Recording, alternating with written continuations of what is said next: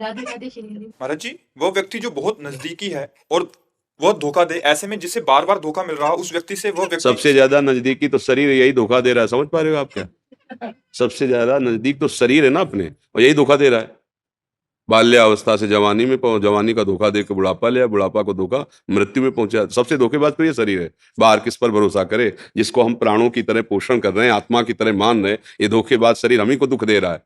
नहीं दे रहा? High blood pressure, low blood pressure, दिल की बीमारी, कैंसर की बीमारी, ये बीमारी, वो बीमारी, ये अवस्था वो अवस्था बदलती चले, कुछ पकड़ में आ रहा है क्या? तो ये धोखेबाज नहीं है क्या?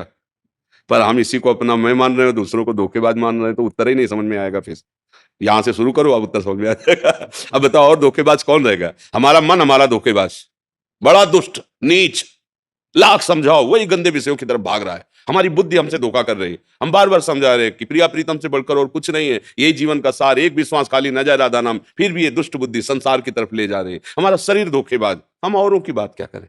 किसका प्रश्न है? अब बोलो आप, इस पर कोई संशय? पहले अपने धोखेबाजों को पहचान लो अंदर की, तो बाहर सच्ची मानो। कोई धोखा, एक सच्चिदानंद भगवान अपने कर्मों को भुगताने के लिए वही लीला कर रहा है, दूसरा कोई नहीं। हम पहले इन धोखेबाजों को पहचाने, अपनी बुद्धि को, अपने मन पर। ये देखो, संसारिक भाषा नहीं, आध्यात्मिक भाषा, इसलिए लोग इस पर टिप्पणी प्रश्न कर सकते हैं।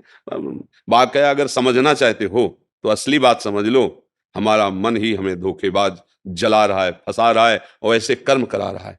ईमानदारी से अपने लोग बिल्कुल घर के जैसे बैठ के सोचो, हमसे जो गलतियां हो रही, क्या हम धोखेबाजी नहीं कर रहे? अंदर से देखो, जो सुना है, जो जाना, क्या हम उसके अनुसार चल रहे हैं? ये धोखेबाज मन जो हमसे गलतियां कराना चाहता है, वो करवा लेता है ना? कभी इस पर नजर गई कि ये कितना बड़ा धोखेबाज मन है, कितना दुष्ट है हमारी बुद्धि है, कि बार बार समझाने पर भी अच्छे कार्यों में, सत् कार्यों में, भगवत कार्यों में नहीं लगती, गलत कार्यों की तरह। इसका कभी दुख हुआ? इसके लिए कभी रोए? इसकी खिलाफत कभी की? इस दुश्मन को कभी पहचाना? नहीं। तो फिर बाहर के दुश्मन तो बने बनाए हैं, क्योंकि अंदर ही का दुश्मन बाहर दुश्मनी पैदा करता है, अन्यथा नहीं। ये बात अध्यात्म के बिना समझ में नहीं आएगी। हम उसका भला चाहते हैं, हम उसे प्यार करते हैं, वो हमसे प्यार नहीं करता, उनसे करता है, ये नाटक वो नाटक। अंदर का मन संभाल लो, अभी सब ठीक हो जाएगा। और भगवान का जो ही भजन किया जाता है, तो जा पर कृपा राम की हुई, ता पर कृपा करे, सब सुधार हो जाता है, सब सुधार हो जाता है। सखुबाई का चरित्र कथा में कहा गया, महापुरुषों ने भी कहा है, सुन के देखो। उनका पति बांध कर उनको पीटता था, सास बड़ा कुव्यवहार करती थी, पर वो ठाकुर जी के भजन में मगन रहने वाली महान महात्मा थी, गृहस्थी में होते हुए भी। एक दिन संत मंडली, वो जल लेने बाहर गांव के कुएं में जा रहे, एक संत मंडली देखा नाचते कूदते भगवान की दर्शन के लिए। उनके मन में बड़ी व्याकुलता हुई कि काश मैं अपने प्रभु के भी दर्शन कर पाती। तो छोड़ा, छोड़ो, चलती प्रभु के दर्शन करने। किसी ने बता दिया, फिर पकड़ के बांध के पीटी गई, बांध दिया रस्सी में कि जा ही ना पावे। बहुत उनके साथ दुर्व्यवहार होता, पर वो ऐसी भक्ता, कभी पति को कटवचन नहीं बोला, सास को नहीं बोला।